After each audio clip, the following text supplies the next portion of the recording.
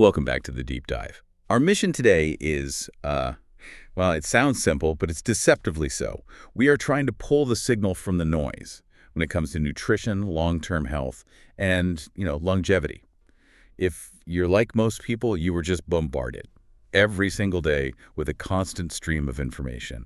A new diet trend, some complicated detox, or an extreme eating plan promising these, instant dramatic transformations. It's more than noise, it's just exhausting. And our listener, the learner, is exactly right to be looking for a shortcut to being genuinely well-informed, one that just cuts through all the marketing hype and focuses on the science. And we have synthesized a massive stack of sources today that really shift the entire paradigm away from those dramatic plans. Absolutely. The goal here isn't about temporary compliance, right? It's about a sustained understanding. And the central idea we've pulled out is powerful precisely because it's so anti-trend.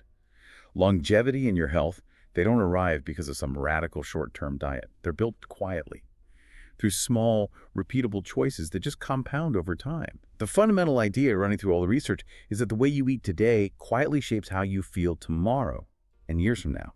It's an insight that moves us past the need for constant, painful discipline.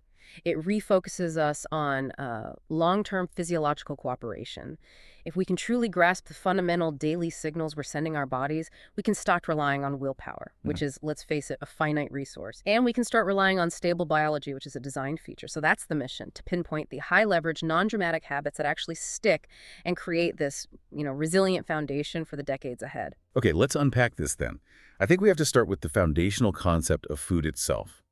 We often see food as just fuel, or maybe a source of pleasure, or even something we need to control. But the sources we've looked at define it more powerfully. Food is essentially a communication tool. Every single time you eat, you are sending a distinct physiological message to your body's operating system. That analogy of food as a communication tool or like a software command is incredibly accurate. It's perfect. Your body is constantly managing millions of processes at once: repair, immunity, energy production, waste disposal, you name it. The quality and the timing of the food you put in determines whether that system runs smoothly with plenty of resources, or whether it has to scramble to manage errors, diverting energy from other critical tasks. And when we look at the source material, these messages, these physiological messages, they really boil down to two basic categories. Yeah. And we need to be hyper aware of them. On one side, you have the positive signals. These are the messages that immediately support balance, repair, and sustained focus. They're the inputs that tell your body, okay, fuel is arriving steadily, everything is safe, you can go ahead and allocate resources to long-term maintenance and peak cognitive function.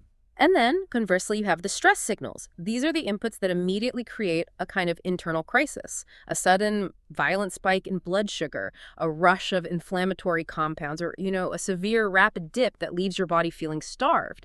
When you send one of those stress signals, the body has to spend immense energy managing that crisis, pumping out emergency hormones like insulin or cortisol, mitigating damage, and just scrambling to restore equilibrium. It's like the difference between a finely tuned engine just humming along efficiently versus one that's constantly overheating and needs emergency roadside repairs. When your body is forced to manage these chronic stress signals, even the seemingly minor ones, like a sugar crash, it sacrifices its long-term resilience. Resources get diverted away from these crucial, quiet processes like cellular repair or optimal immune function, or the kind of sustained concentration you need for complex work. And this brings us right to the core distinction. This is what separates longevity science from that typical diet mentality. The sources are so insistent on this. This whole discussion is not about categorizing specific foods as inherently good or bad. It is fundamentally about patterns. The short-term trend, the one-off meal, is almost irrelevant. That's a critical psychological relief, I think. For the learner, so many people feel this immense guilt and failure because they believe that an occasional indulgence, the celebratory pizza or that high-sugar dessert on a holiday, has just ruined their entire progress. They fixate on that one single meal. And the science says that's exactly the wrong place to put your focus. The pattern is what establishes the absolute baseline of your physiological function. If the vast majority of your meals, let's say 80 to 90%, are sending supportive, balancing signals, your body develops a profound metabolic resilience. And that resilience is what allows your system to easily handle the occasional stress signal without a major systemic derailment. So that single restrictive 3-day juice cleanse or the extreme elimination diet that promises rapid weight loss, it just fundamentally misses the point of sustainable health. Those are high-drama isolated events. They introduce a temporary, often really stressful change, but they fail to modify the underlying operating code. The pattern. Exactly. If you reset for a week and then you immediately go back to a pattern of meals that primarily sends stress signals, rapidly absorbed sugars, low fiber, erratic timing, you have achieved nothing for longevity. You've just experienced a short burst of compliance and then it's right back to chronic stress. The truly powerful question is, what is the trend of my choices over the last month? This is where we can really unpack the power of pattern recognition. For the learner who's looking to minimize information overload, understanding this pattern is the key. You stop obsessing over the tiny details of every single meal, and instead you focus your energy exclusively on establishing these high-leverage, repeatable habits that define the trend. And critically, this pattern-based approach, it drastically reduces decision fatigue. If you just commit to the pattern, say ensuring every lunch includes protein and a fiber source, that decision is now automated. You're not debating every single food choice in the moment, which just consumes your cognitive energy. You're just executing the established, supportive pattern. And this liberation from constant food decisions is what makes these habits truly sustainable. It allows for life to happen, without derailing your underlying physiological goals. The body is designed to process the occasional deviation. It's not designed to thrive under chronic pattern stress signals. So the goal is to make the supportive signal, that steady balancing command, the default setting for your system. And we have to emphasize that this daily quiet signaling is really the essence of compound interest in health. It's not dramatic, you don't feel a massive return tomorrow, but every small decision, to add a beneficial ingredient, to skip an ultra-processed snack, to choose a whole grain, it adds these tiny credits to your body's health account. Over 5, 10, 20 years, that compounding portfolio of small positive choices becomes the defining factor in your vitality, your cognitive reserve, and your risk profile for chronic disease. So if the pattern is the most important factor and consistency is the silent engine, how do we establish a pattern that delivers real, lasting performance? I think it starts with the most fundamental and immediate function of food. Energy. Here's where it gets really, really interesting. When most people talk about energy, they're looking for the quick fix, the double espresso, the energy drink, the chocolate bar that offers that sudden, sharp jolt. But the research we've reviewed argues that true, sustainable energy isn't about those quick, high peaks. It's about deep, lasting stability. That distinction between jolt and stability is the hinge. It's what long-term performance rests on. Jolt energy relies on rapid fuel delivery, and it almost always causes a corresponding spike in blood glucose and insulin. And that's inevitably followed by a crash. This metabolic roller coaster, it just necessitates constant, exhausting willpower to stay functional. Stability, on the other hand, delivers a gentle, consistent output. It minimizes those dramatic hormonal and blood sugar dips. Our sources identify stable blood sugar as the true physiological source of sustainable energy. And this stability is more complex than just avoiding sugar, which is the common sort of simplified advice. It's about constructing meals in a way that actively slows down the entire metabolic process. The sources clearly define these three architectural components, the pillars of stability. And when they're present together in a meal, they act as powerful physiological shock absorbers. We are talking about adequate protein, fiber-rich carbohydrates, and healthy fats. Now, to understand this, we need to go beyond just naming them and look at the functional synergy. These aren't just macronutrients, they're tools. Tools that fundamentally alter the rate at which your body processes incoming fuel, and that rate is the key to stability. Okay, let's do a deep dive into the function of each pillar and how they work together. First up, adequate protein. Protein takes significant time and energy to break down and digest. So by including it, you automatically and physically slow down the gastric emptying rate. That's the speed at which food leaves your stomach and enters the small intestine. This means the glucose from any carbohydrates you ate with it is released into the bloodstream much more gradually.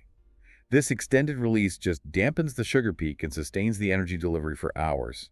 Second, fiber-rich carbohydrates. And again, the distinction here is crucial.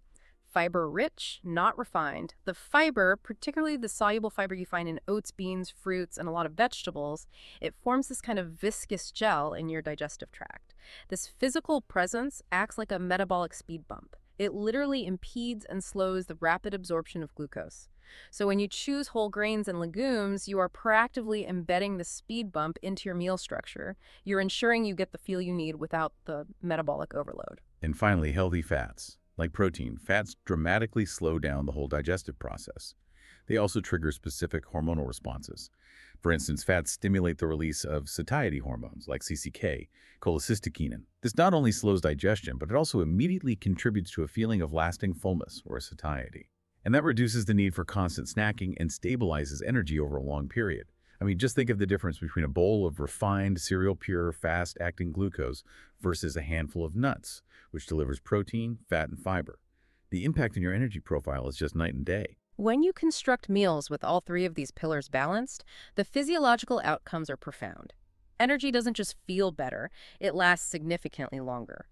Your concentration stabilizes because your brain has a consistent stream of fuel. And critically, cravings, which are often just emergency signals driven by the crash, they decrease dramatically. That reduction in cravings, that's the practical payoff for the learner.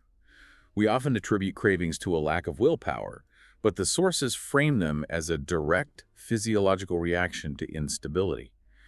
When you stabilize your blood sugar and extend satiety, you eliminate the metabolic emergency, and therefore you eliminate that desperate signal for a quick fix sugar hit. And this leads us to what might be the most fundamental insight in this entire deep dive. The improved function you feel when eating balanced meals is physiology, not motivation. This distinction is so important for long-term adherence and sustainability. That phrase, physiology, not motivation, that needs some real unpacking. It means that when your body is operating on that stable plateau, no spikes, no crashes, you are not fighting your own chemistry. You don't need willpower to resist the urge to nap at 3 p.m. or raid the kitchen after dinner, because the steady system is inherently preventing those low-energy emergency crises from even happening in the first place. Right. Contrast this with the motivation approach. If you rely on willpower, you are using a limited, finite resource to override powerful biochemical signals. Signals that are screaming, "Get sugar now!" when your blood glucose plummets. But when you rely on stable physiology, you are simply removing the biochemical signals that need overriding. You are allowing your body to function as it's designed to. You're just reducing the friction in your day. So the counterintuitive secret to having more discipline is actually eating meals that require less discipline to manage. It's a high-leverage feedback loop. By prioritizing protein, fiber, and healthy fats, you create an internal environment that supports focus, mood stability, and sustained energy naturally. It minimizes the need for these heroic acts of self-control. And this quiet elimination of metabolic drama is the foundation of longevity eating. The drama, which we can define as the hormonal panic response to high glucose peaks and low crashes involving surges of insulin, cortisol, sometimes adrenaline, it's exhausting for the system over time. When you eliminate that chronic stress, you free up the body's resources for repair and maintenance. It becomes the highest leverage decision you can make because it impacts mental clarity and emotional resilience just as much as physical energy.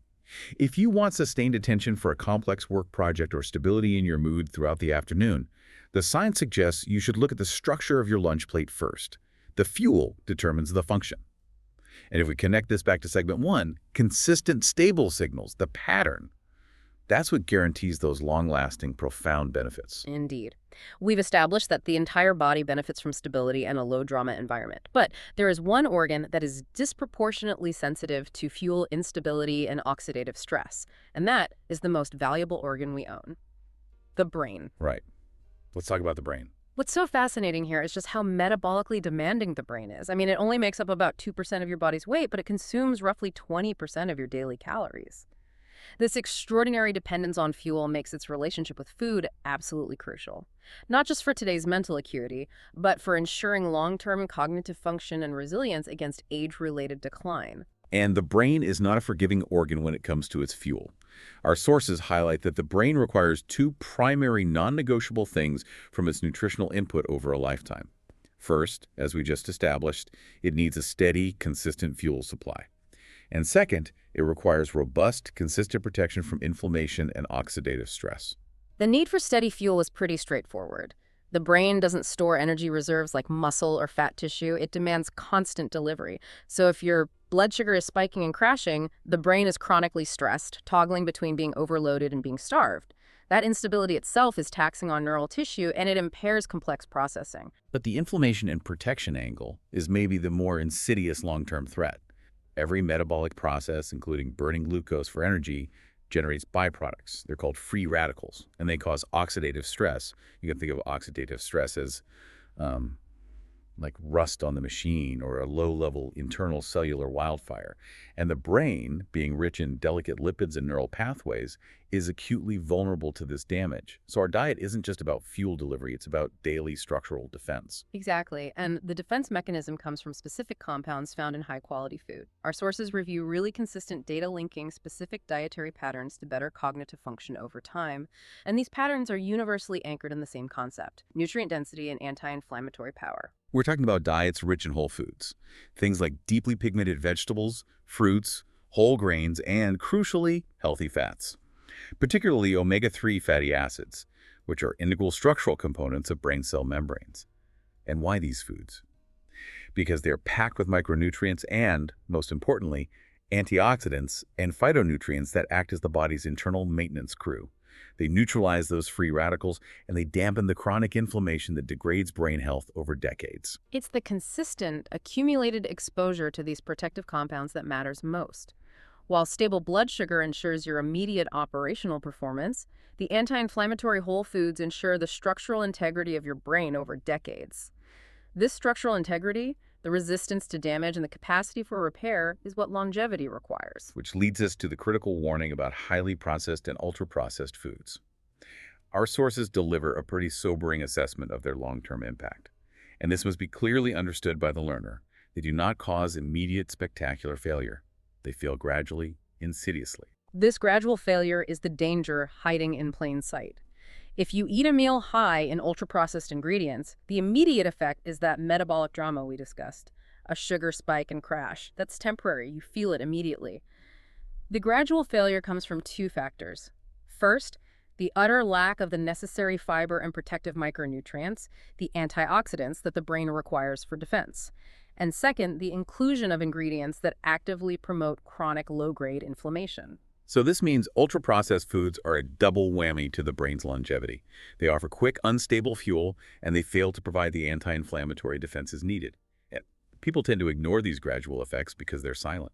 You don't feel the structural depletion of antioxidants on a Tuesday. You don't register the slow, low-grade inflammation setting in month after month. You only notice the accumulation years later, when focus starts to slip, or memory begins to waver, or chronic health issues linked to systemic inflammation start to surface. It's like neglecting the oil changes in a complex machine.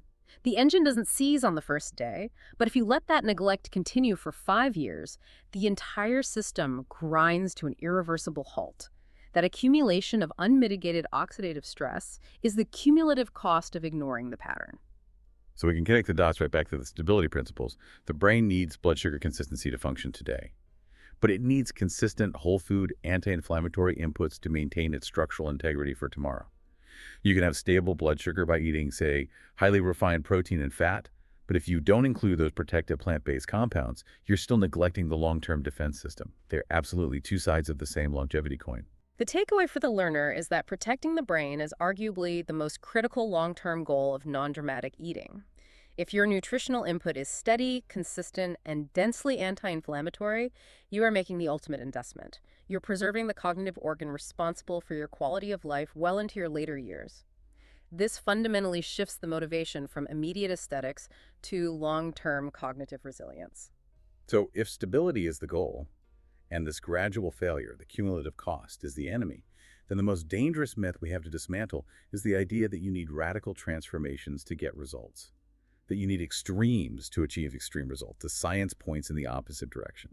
It's the complete inversion of what sells diet books. The sources confirm unequivocally that longer life expectancy and optimal aging do not stem from radical high-drama, short-term extremes, things like 3-week clottes or highly restrictive elimination phases. Longevity is the result of what often feels like boring, moderate, relentless consistency. I found the description of the sources powerful. It said, longevity is built quietly, almost invisibly, until one day it shows. You don't perform one heroic act of dieting and then suddenly gain 10 years of perfect health. You simply avoid all the tiny, predictable breakdowns that accumulate over time. The quiet construction is precisely what makes these habits sustainable. They're not asking for a constant state of discomfort or suffering. They are simply asking you to nudge your daily patterns toward a supportive baseline, consistently, forever. Let's detail the specific components, the four pillars of this non-dramatic longevity, which focus entirely on consistency and moderation. Okay, number one, enough fiber most days. We've talked about the metabolic importance of fiber for blood sugar stability and satiation. But fiber also fuels the gut microbiome, which is foundational to immune health and even mental health. The emphasis on most days is the key tolerance factor here. It acknowledges that life happens, but it demands that the baseline pattern remains high. Fiber is arguably the single best marker for identifying a whole food protective diet. It regulates everything from cholesterol absorption to managing inflammatory markers. Getting enough, consistently, provides the metabolic inertia that keeps your entire system running smoothly and predictably. It minimizes the risk of dramatic swings or digestive stress. Number two, regular meal timing. This speaks less to what you eat and more to when you eat. Human physiology thrives on circadian rhythm and predictability. Regular timing helps regulate key hormones, ghrelin for hunger, leptin for satiety, and insulin sensitivity. When your meal timing is erratic, the body is constantly stressed and confused, essentially playing catch-up, which is inherently disruptive to those systems. A regular metabolic rhythm allows the body to anticipate when fuel is reliably coming. And this anticipation lets it manage its resources far more efficiently. The research is clear. It's not about fasting for extreme punishing lengths, which can cause its own stress signals. It's about providing predictable, steady inputs that honor the body's natural clock. And this habit really represents consistency and moderation, which is the very definition of sustainable longevity. Number three, moderate portions. This is probably the oldest advice in the book, yet it remains so challenging in a culture dominated by supersized meals. Moderate portions reduce the immediate burden on the digestive system. They prevent the body from having to manage excessively large surges of incoming energy all at once. If we connect this back to stability, a huge portion, even of a balanced meal, creates a much larger peak and trough than a moderate portion. Moderation. When you view it through the longevity lens, it's not deprivation, it's systemic optimization. By not overloading your stomach and intestines, you ensure that the body can process the nutrients effectively without diverting excessive energy into a taxing digestive process, which is exactly what leads to post-meal fatigue or the infamous food coma. It keeps resources balanced and available for other critical functions. And finally, number four, less ultra-processed food over time. Again, we have to note the language here. Less, not zero. And over time, not starting tomorrow with a strict list of forbidden foods. This habit directly addresses the chronic inflammatory and nutrient-depleted state created by these foods, as we discussed in the brain food segment. The consistent reduction of ultra-processed foods minimizes the harmful stress signals. And crucially, it increases the space in your diet for positive, balancing, whole food signals. This is the ultimate long-term habit because it doesn't require a constant state of denial, just a steady, gradual substitution and reduction of frequency. If you swap out one ultra-processed snack for a piece of fruit 3 times a week, that small change compounds into a significant reduction over a year. The power of this segment is really recognizing that these 4 habits are frameworks. They're scalable and adaptable to almost any cuisine, any cultural background, or personal preference. They're the invisible scaffolding of a long, healthy life. And they only become fully visible when they successfully fend off the metabolic dysregulation and dramatic health crises that often plague those who are chasing high-drama trends. Longevity isn't a dramatic transformation you perform once, like a surgery or a short diet. It's 1,000 tiny, sensible, consistent adjustments you integrate over years. The accumulation of enough fiber, the predictability of meal times, the absence of metabolic extremes through moderate portions, these are the quiet constructors of health. They ensure your future self benefits from the choices your present self is making. So we've established the science. Stability is the physiological goal, and non-dramatic consistency is the vehicle. Now let's shift gears into how the learner can practically integrate these scientific principles into daily life without, descending into the trap of overwhelming discipline or debilitating guilt. Right. So moving from theory to practice. Exactly. Shifting from the long-term philosophical pillars to immediate actionable steps. How do we actually implement this quiet construction? The key, according to our sources, is realizing that these science-supported habits don't require radical, painful discipline. They just require enhanced awareness and minimal effort. This is perhaps the most powerful mindset shift available to the learner. Discipline implies friction, conflict, and a constant fight against your natural desires. Awareness, however, just means paying attention to the existing signals your body is sending: hunger, satiety, energy levels, and adjusting only slightly to cooperate with them. The goal is not perfect control over your environment or your cravings, it's optimized cooperation with your underlying biology. And this demands that we immediately abandon perfectionism. It's the nemesis of sustainable progress. The sources are absolutely explicit on this. No perfection, no guilt, just progress. This permission to be imperfect allows for the real-world pattern recognition we championed earlier.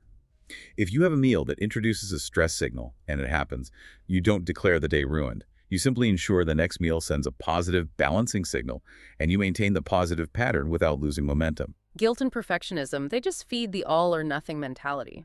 If you slip up, you often feel immense failure, which then prompts a cascade of even poorer choices. Oh well, I'll start again Monday.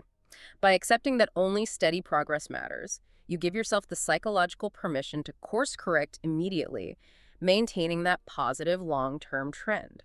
Let's detail the 4 practical, simple steps that the research provided. These are high-leverage actions designed to maximize benefit for minimal friction or effort. The first one is a superb example of incremental, low-friction change. Add one plant food to a meal. This is arguably the easiest way to immediately increase the positive signaling and the necessary protective fiber and nutrients without forcing a radical overhaul of your meal structure or requiring extensive cooking. Right, think about the psychological impact versus the nutritional return. Preparing a massive, complex, vegetable-heavy meal requires high discipline and time. But adding a small handful of pre-washed baby spinach to your scrambled eggs, or a slice of avocado to your toast, or a side of carrots to your sandwich, that involves almost zero psychological friction. Yet you have immediately enhanced the fiber content, you've added micronutrients, and introduced anti-inflammatory compounds. This one micro-habit immediately contributes to blood sugar stability and long-term cognitive protection. The second habit is choose whole grains when possible. The tolerance factor, when possible, is key here. We've established the metabolic importance of fiber and the need for slow, sustained energy. So opting for brown rice instead of white, or a whole wheat wrap over refined white bread, or choosing old-fashioned oats over a sugary refined breakfast cereal. That immediately enhances the meal's fiber and protein component, leading to more stable energy and lasting satiation. This requires a slightly more conscious choice, maybe at the grocery store or when you're ordering lunch, but it's a decision you make once that pays metabolic dividends throughout the entire consumption phase.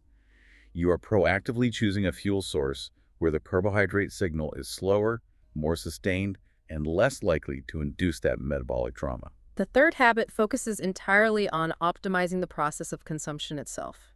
This requires awareness, not food composition control. It is. Eat without screens at least once a day. This is about reconnecting with those internal cues. When we are distracted by scrolling or working or watching a show, we eat faster, we chew less, and we completely bypass the crucial hormonal signals of satiety that are slowly starting to arrive. If you are eating mindlessly, you just bypass the necessary awareness to stop eating when you're satisfied. Eating without a distraction, even for just 5 minutes, it allows you to process the taste, the texture, and most importantly, the quiet signal from your stomach and your hormones that says, okay, I've reached equilibrium. Which leads directly to the final and most critical awareness habit. Stop eating when satisfied, not full. This is the practical application of moderation and portion control we talked about in segment 4. Satisfaction is the physiological point where the immediate physical hunger is gone and the body has been effectively fueled. Fullness, particularly that feeling of uncomfortable stretching, is the point where the body is strained, the digestive system is overloaded, and digestion becomes a taxing, energy-sapping process. That distinction, satisfied versus full, it's the difference between cooperation and overloading the system. If you consistently honor the signal to stop at satisfaction, you are honoring moderate portions, reducing the stress signals on your body, and giving your digestive system the ability to process nutrients smoothly and efficiently. The final overarching emphasis from the sources is the underlying mindset. Eating well is about cooperation with your biology, not forced control.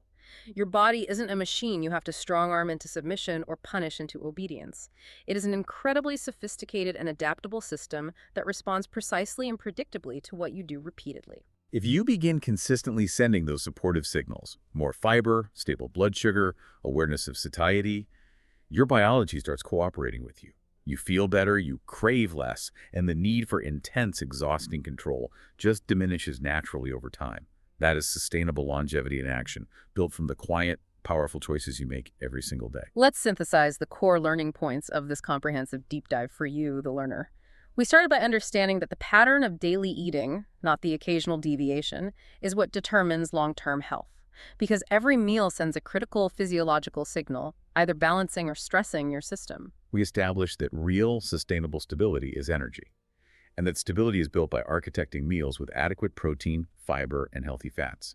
This allows you to rely on steady, predictable physiology rather than unreliable, exhausting motivation. We connected that stability to the brain, recognizing that longevity demands consistent anti-inflammatory protection, and that's to counter the insidious gradual failure induced by oxidative stress and low-nutrient, highly processed foods. And finally, we concluded that longevity is achieved quietly through consistent, moderate action, not dramatic extremes.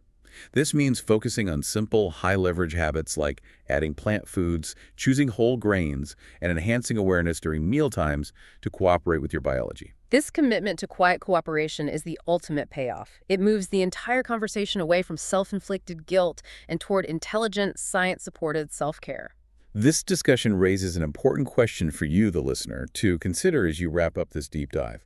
How will you choose to cooperate with your biology today? Will you choose the high-friction, high-drama path of temporary discipline, or the low-friction path of steady, consistent awareness? The sources leave us with a powerful mandate for the future.